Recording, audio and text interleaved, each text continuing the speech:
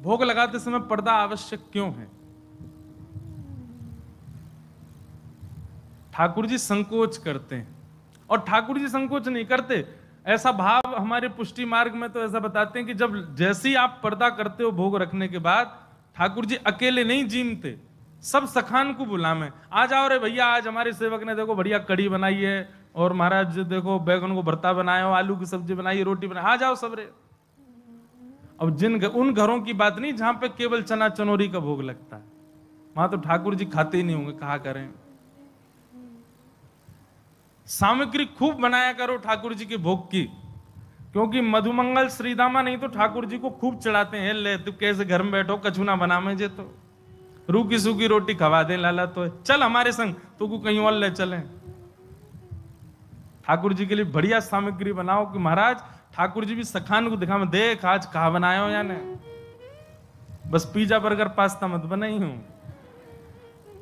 कभी कभी मन में विचार करूं, कई लोग अपने घर में पिज्जा बना दे, अरे और अद्भुतता तो देखो, एकादशी वालों पिज्जा भी मिला वृंदावन में। कभी कभी मन में भाव आवे, ठाकुर जी कैसे पाते होंगे वह, वो खींच उतने चले जाते होंगे, दिन कहा बलाया आ गई है यार। मधुमंगल श्रीदामा कैंची लेके आ दूंगे, लाला लग हम काटे। ऐसी भोग सामग्री। देखो एक बात, आज कलयुग के मॉडर्न होते जा रहे हैं सब लोग, तो थोड़ी थोड़ी सब चीज में मॉडर्नेशन आता जा रहा है, पर आप मंदिरों की विधा देखो, कई मंदिरों में टमाटर नहीं बनता, कई मंदिरों में बैगन नहीं बनता, कई मंदिरों में कई सामग्रियों का हल्दी का प्रयोग नहीं होता, कई मंदिरों में। सब जगह हमने एक बार एक पुजारी जी से पूछा कि भोग में क्या प्रधानता होनी चाहिए, तो उन्होंने 2-3 बातें कही। पहली बात, जिसका स्वरूप देख करके थोड़ी मन में भावना विचित्र होती हो, ऐसे भोग ठाकुर जी को नहीं पधराने चाहिए। जैसे कई जगह बैगन का भोग लगता है, कई जगह नहीं लगता, क्योंकि भरता जो है वो उसका कैसा होता है, उठाओ तो अजीब सा होता है ना, वो भरता बना दो तो उसका स्वरूप सुंदर नहीं, कई जगह भोग नहीं लगता, पर कई जगह लगता है, कई जगह खूब प्रेम से पाते हैं। कई जगह ऐसा विधान है कि जो भूमिगत सब्जी होंगी, जो भूमि के भीतर होती हैं, उन्हीं का ही भोग लगेगा ठाकुर जी को। अनेक अनेक विधा हैं। जहां आचार्यों ने इतना ध्यान रखा, प्राचीन परंपराओं का इतना भाव रखा, हमको थोड़ा भाव तो रखना चाहिए। कम से कम विदेशी सामग्री का भोग नहीं लगाओ ठाकुर जी को।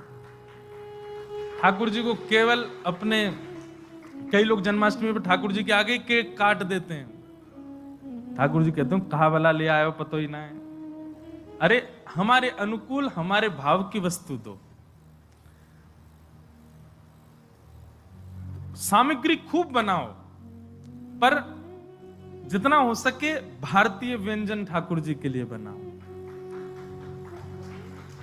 अब जितना विस्तार आप कर सको अच्छा है।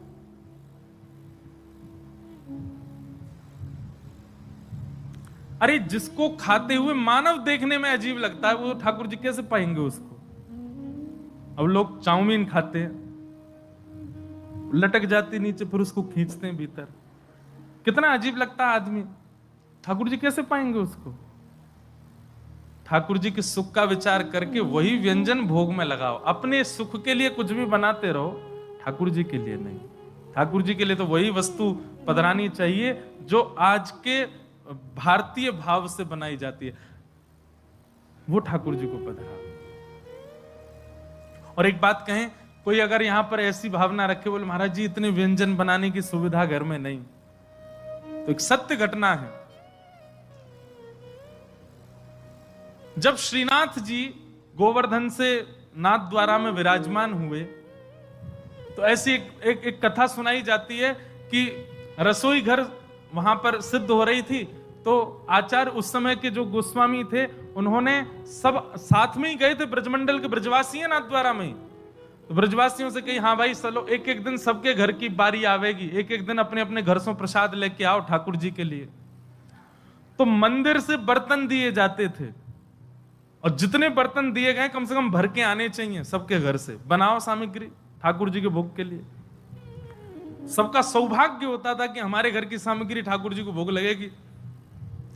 एक परिवार बड़ा अकिंचन परिवार, ज्यादा सामग्री नहीं, कुछ व्यवस्था नहीं थी, और उनके यहां थाली आई, तो थाली देख करके, कटोरियां देख के, बड़े बड़े थाल, बड़े बड़े कटोरा देख के सुखी तो बड़े हुए, लेकिन रोने लगे, कैसे करें, हम पे तो इतनी सामग्री नहीं कि हम एक कटोरा भर के भेज दें, ये थाल भर के कैसे भेजें। तब उन्होंने आचार्य जो उस समय के विराजते थे उनसे जाके प्रार्थना की, भगवान आज हमारे कितना बड़ा सौभाग्य कि हमारे घर श्री जी बाबा की थाली आई, पर हम कैसे भर के भेजें।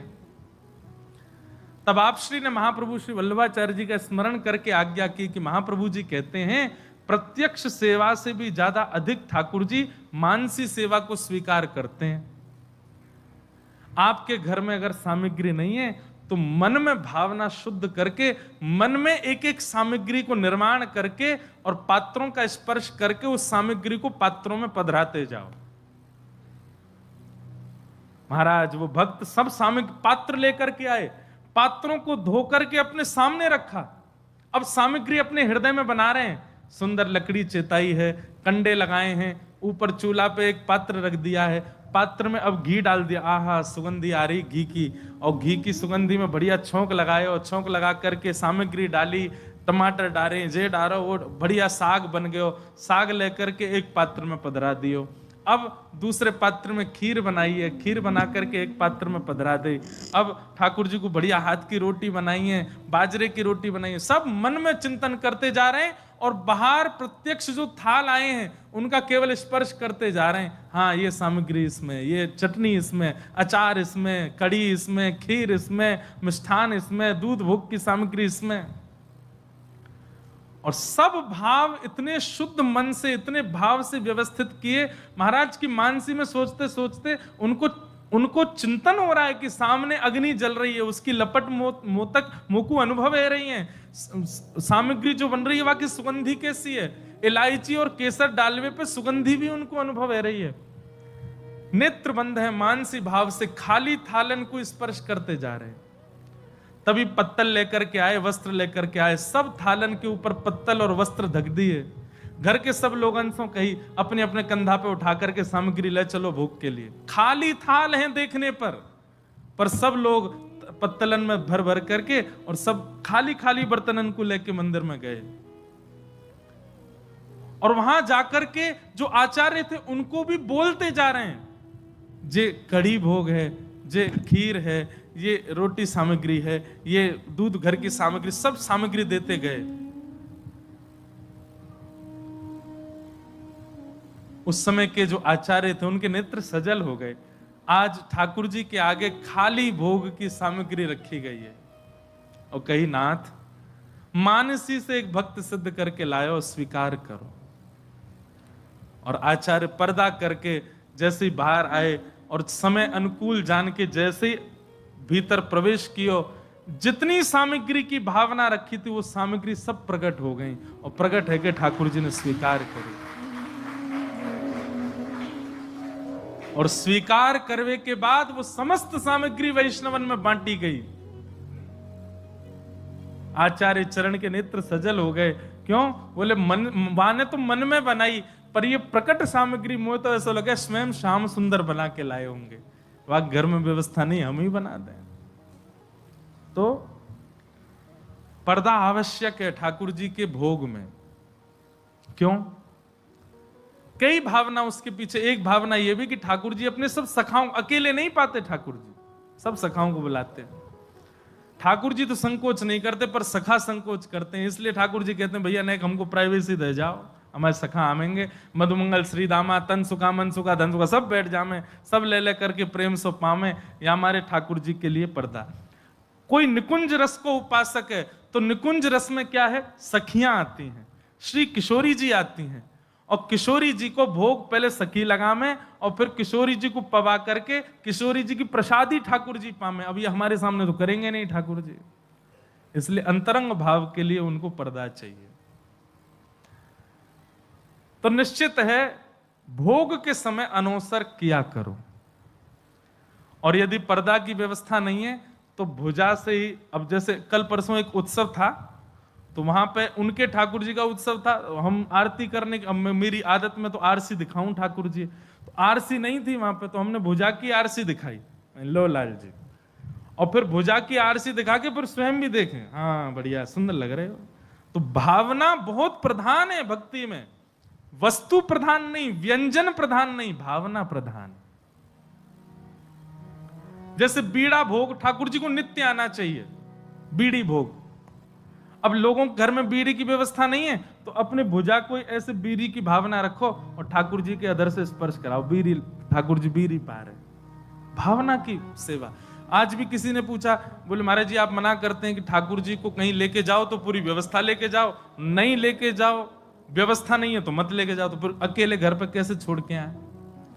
भावना, भावना करो, हे यशोदा मैया, हे नंद बाबा, हे सब सखाओं, हे सब सखियों, हे सब ब्रजवासियों, अब जे घर आपको है, 3 दिन के काजे हम जा रहे हैं, खूब उधम मचाओ, सब आ जाओ, जे रही रसोई, यहाँ पे आटो रखो, यहाँ पे दाल रखी है, यहाँ पे सामग्री रखी है, हे यशोदा मैया, जब जब लाला को भूख लगे आप बना के पवाए दियो, हम 3 दिन के काजे जा रहे हैं।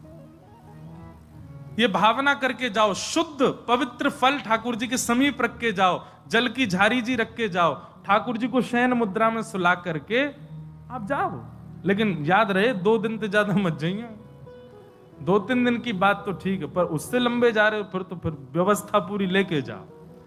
3 दिन तक 2 दिन तक तो ऐसी सेवा आप मानसिक करके, लेकिन विश्वास पूर्ण होना चाहिए, चाहे कहीं गए हो आप, समय समय पर आपको याद आनी चाहिए कि हाँ अब ठाकुर जी का भोग बनना होगा, अब ठाकुर जी राजभोग कर रहे होंगे, अब ठाकुर जी की शयन की व्यवस्था है गई होगी, यशोदा मैया सुवा रही होंगी, ये चिंतन मन में रहना चाहिए, तभी आपकी सेवा वहां चल रही होगी।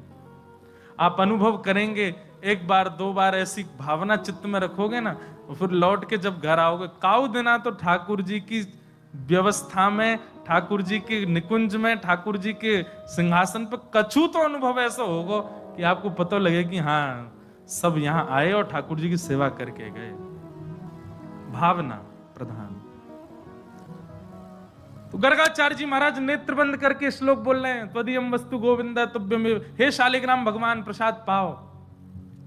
माला जप रहे हैं, इतने में ठाकुर जी आए, भीतर सुन करके आए और शालिग्राम भगवान के आगे से एक खीर की सामग्री उठाई, प्रेम से पान लगे, नेत्र खुले, साधना पूरी भई, जय हो मेरे गोपाल जी। और जैसे ही नेत्र खोल के सामने